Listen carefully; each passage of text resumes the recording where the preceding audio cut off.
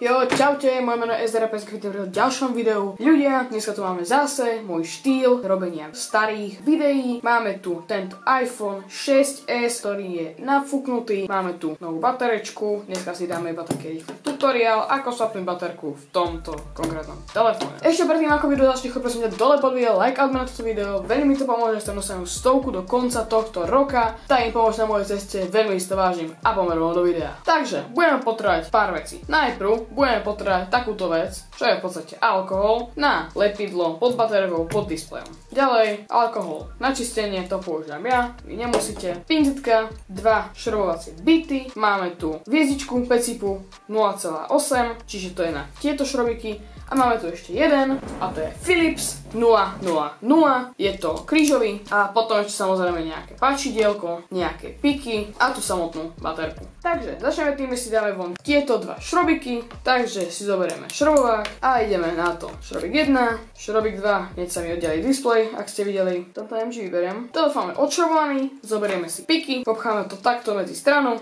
a ideme okolo, po strane. Tuto hore sa nachádzajú flex kabliky, takže tuto veľmi jemne, aby sme to neporezali. Keď to je oddelené, pošejkuješ to, kým sa ti neoddiali. Keď sa ti oddiali, môžeš liftnúť. Toto je telefón, vidíš tú baterku?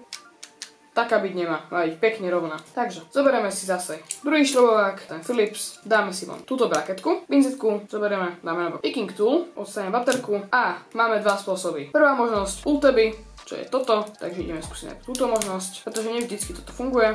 No, tento sa otrol, takže zoberieme druhý a tento sa tiež otrol. Takže, druhá možnosť, ten alkohol. Zoberieme alkohol a dáme ho takto zhora, zdola a po stranách necháme chvíľku pôsobiť a začíname skúšať dvíhať. Zoberieme si tento picking tool, tak, baterka je vonku.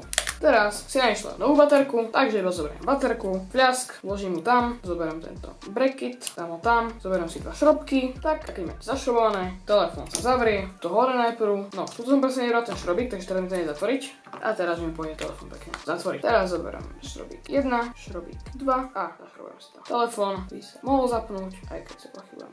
Ale telefón je opravený. Ešte predtým, ako toto video skončí, choď prosím ťa dole pod video, like alebo na toto video, veľmi to pomôže na mojej ceste k 100 odberateľom, takže ďakujem a vidíme sa pri ďalšom videu. Čau.